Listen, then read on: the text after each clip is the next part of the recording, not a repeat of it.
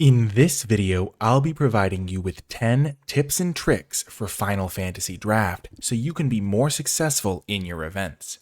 First up, finding the open lane is essential, so stay flexible. There are some formats where there are only a couple of good color pairs, or maybe just one good color, and so you try to want to get into that color more frequently, but Final Fantasy is a wide open format, so you really want to benefit from being able to get powerful gold cards for your strategy late that are unable to be used by other decks, but are fantastic in yours. So if you can identify the open color pairs, your deck will be massively more powerful because all of the color pairs are good when they're open, and so it is worth staying flexible.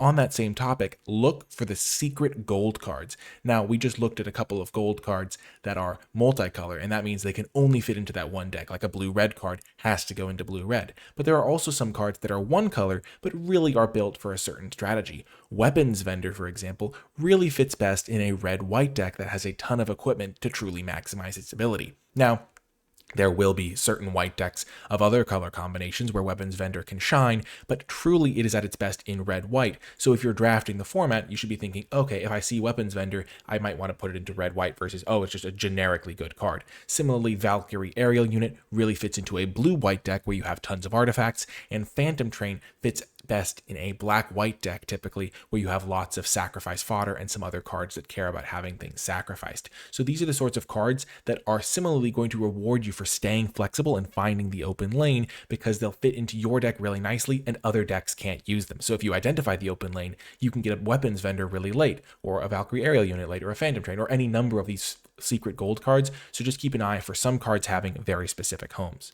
Next, aggro has tons of reach, and I don't mean the ability to block flyers, though it does have some of that as well. What I mean is it has cards that help it push through damage at the end of the game when typically your control decks would have been able to stabilize. A card like Dragoon's Lance, or really a lot of these job select equipments, mean that random dorky creatures that are just sitting around on the battlefield all of a sudden have to be dealt with because they'll gain flying, or with the case of other job select equipments, they'll get bigger. So that is something to note. When you are trying to stabilize, there are going to be cards like Dragoon's Lance in play. Black Mage's Rod, and really any of the cards that make these Black Mage tokens are going to be able to ping you out if you get to a low life total. So if you're at 2 or 3 life, your opponent's going to be able to cast a couple non-creature spells over the rest of the game and really finish you off. Choco Comet ends a lot of games, which is really terrifying when you're facing a red deck and you're at a relatively low life total, even at like 5 or 6 life. If your opponent has a bunch of lands in play, Choco Comet should constantly be on your mind. Now, how do you adapt to this?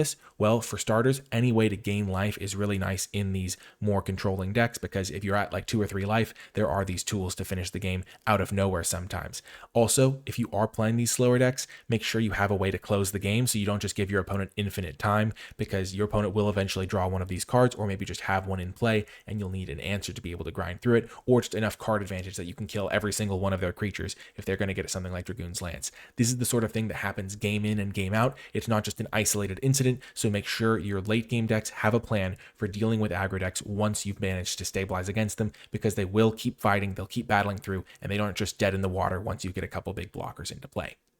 Next, removal is a high priority. There are some very, very strong removal spells in this set, and because of that, you have to take them very highly in the draft if you want to get them, because every deck wants them, and this is a format where removal is really good. So a card like White Auracite, you have to take this card really highly. You can't, there are some formats where the removal spells are mediocre or it's so plentiful that you can afford to just drop it in priority and take threats over removal. In this set, you really need to make sure that your late game decks especially have removal spells, but really all of your decks want to have answers for key threats. There's some very powerful rares in this set to answer, some powerful uncommons even that can snowball the game on their own, and having removal is important. And cards like White Auracite, Sephiroth's Intervention, Thunder Magic are very, very strong cards, and if you want to get them in your deck, you have to take them very highly. So don't try to get removal late, you have to make sure you prioritize it, which is a thing that happens in a lot of sets, but there are some where removal falls down in priority, and I just want to clarify, this is not one of those sets. Removal is excellent, very efficient for what it gets you, and is definitely a high priority. Next, counterspells are played often. This has been a development over the course of the format. The counterspells have been getting played more and more, so Syncopate and Swallowed by Leviathan are cards to be aware of. Syncopate counters a spell unless the controller pays X, so in the early stages of the game, sometimes you can afford to play around this card. At the very least, it's worth being aware of that this card will be something your opponents are putting into their decks, and especially in the mid to late game, your opponent's probably going to be able to hold this up, but sometimes they'll tap down and have a window where Syncopate isn't going to be as effective, so that's where you can sometimes resort resolve your key spells. Swallowed by Leviathan scales up over the course of the game, but in the early turns, sometimes if your opponent is holding up 3 mana suspiciously, if you have an instant of your own, you can maybe play around it a little. Just worth noting that these are commonly played counter spells and are things to be aware of. Next, hold an extra card against black decks. Now, in black, there is both Hectize and Marlborough, both of which are very commonly played, and both make you discard a card. So if you have a key spell in your hand to protect, make sure you hold a random extra basic land in the late game. Don't just play it out on autopilot, because Hectize and Marlborough are waiting to get you. If you have no cards in hand, then sometimes it's worth just playing those lands out, because maybe you can use them for something in the future, like if you have card draw spells in your deck. But if you have no use for the extra lands, make sure you just hold one in your hand against those black decks, because Hectize and Marlborough are going to be looking to snipe those out of your hand. And if you don't have the extra land, you might have to discard a good spell in the late game when it's really unnecessary if you already have all the lands you need. Next, the land smoothers are excellent. Now, Marlborough has swamp cycling, so that is a land smoother of sorts. But the 3 main ones to look for in this set are Balamti Rexor, which has forest cycling, so gives green a nice little way to have a great late game threat, but also potentially get a land in the early turns. And then the 2 main ones are Dreams of Laguna and Resentful Revelation. On turn 2, they're almost guaranteed to help you hit your 3rd land, or just find what you need in the early turns of the game. And in the late game, you can flash them back to get an extra resource. So both of those cards are much better than they might look at first glance, and definitely ones you'll be happy to play in your decks. Balamti Rexor, definitely a nice one as well. Marlborough, we already covered, a commonly played card. The other land cyclers aren't quite as good, generally are best left on the bench, but the ones we've talked about already, definitely good cards to put in your deck, and especially Dreams of Laguna and Resentful Revelation, perfect for your black and blue decks to make sure that you have stuff to do early and late to simultaneously protect you from Mana Screw and Mana Flood. Next, Magitech Infantry is worth collecting. Now, sometimes there's these collect them all type cards, and it's really not worth the effort. That has been seen many times in the past, but Magitech Infantry, even if you only get 2 or 3 of them, is just such a nice efficient threat for your artifact aggro decks. Even if you just get 2 copies of it, if you have enough artifacts in your deck, having a 1 mana 2/1 that can get another 2/1 from your deck is just a really nice card, and oftentimes if you can get 3 or 4 of them, it can be one of the best cards in your deck. So it's definitely a card that you should be happy to take early, and if you can get a few copies of it, it's really a nice incentive to be these artifact aggro strategies, which can really compete in this format and be some of the strongest cards. So don't be afraid to take this card early.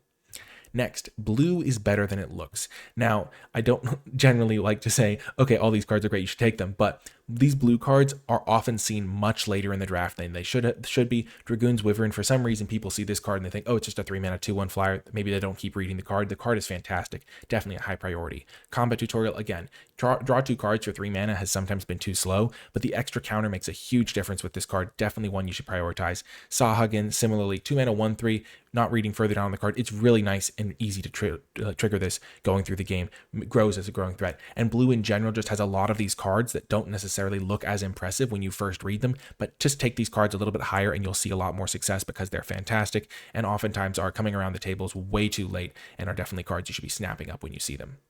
Next, the Edict is played often. So the card Cornered by Black Mages is a card that should be on your radar constantly when you are against an aggressive black deck because it gets played all of the time. Way more than this sort of effect typically gets played in Limited. Target opponent sacrifices a creature of their choice is generally a little bit too finicky in Limited to be quite good enough, but Cornered by Black Mages, making that extra 0/1 really does push it over the top to make it playable. And so if you're in a situation where you can keep an extra random small creature in play, maybe you don't make a chump block, maybe you don't make a trade that you don't need to make, maybe you block differently, but keeping an extra random small creature in play or a creature that's less important is really, really important against black decks, because being able to get a good creature with Cornered by Black Mages or a bad creature with Cornered by Black Mages can be the difference between victory and defeat. So make sure that if your opponent seems like they're trying to set this card up, you can try to play around it if at all possible. Next, these are the combat tricks to play around. Now, there are plenty of combat tricks and they all see varying degrees of play, but if you only can remember a couple of cards at a time, then You're Not Alone and Precious Wanderings are the biggest ones to play around. You're Not Alone is a fantastic combat trick because it's just an incredible rate. 1 mana for +4/+4 in many situations. This card gets played frequently. It is a card that you should be aware of. Now, Precious Wanderings gets played a little bit less. It only gives a creature 1/1/1 counter, but when you get got by this card, it feels like almost game over in many situations, so you really want to be aware. If your opponent attacks their 2/2 into your 2/2 on turn 3, they're playing a green deck, it looks like they're more of a ramping deck, the 2 damage isn't going to be that relevant, just sometimes consider not blocking there, or make just be aware that Precious Wanderings is a card, because Precious Wanderings, often your opponent will just say Precious Wanderings blow you out. Like, I've actually heard people say that at FNM. Now that is a bit BM, but that is the sort of way Precious Wanderings feels when you get someone with it, because you get a counter, a land, permanent buff on your creature. It's really a scary combat trick, so keep that one in mind. You're Not Alone gets played because it's a great combat trick. Precious Wanderings, if you can play around it, it can blow you out if you're not ready for it. Next, just kill the Fat Chocobo. This is the final tip, and it has to do with the summon creatures. Now, these are saga creatures that will eventually die themselves. So Summon Fat Chocobo is the best of the bunch at common. It's 5 mana, you get a 4/4, and when it comes into play, there's a 2/2 bird, and then there's 3 more chapters that gives you creatures you control trample until end of turn. Now, with these cards, there's often a temptation, especially with the smaller ones like the 3 mana 3/2s or things like that, to just wait for the creatures to die on their own. You can take a couple of hits in the meantime, and then eventually the card will go away. You've traded your life total for one of your opponent's resources. Summon Fat Chocobo, however, gets 2 attacks in because it comes in on chapter 1, can't attack. It gets to attack during chapters 2 and chapters 3, so that's 8 damage. You can't just afford to take 8 damage in your games. If your opponent plays this card and you have a kill spell, you're usually best off just killing the Fat Chocobo. Other ones you can be a little bit more selective with. Sometimes you can survive a couple hits for 3 from some of the other ones, or if it only has 3 chapters, you can often survive the single hit it's going to come in with. But Summon Fat Chocobo, any of the ones with 4 chapters, oftentimes you are going to have to interact with them, are going to have to trade, because you can't just afford to take huge chunks of damage every single turn. And even though the card will eventually die on its own, it's not going to be something that is going to have hit you for a lot of damage in the process, and you need to be able to just kill the Fat Chocobo when you see it. Don't try to be too greedy with this. It's a major way to level up and improve in the format. Anyway, that's going to do it for this one. I hope you enjoyed it. If you made it to the end, leave hashtag final10 in the comments section down below, because these 10 tips will help you do better in your Final Fantasy drafts. I hope you enjoyed it, and I'll talk to you next time.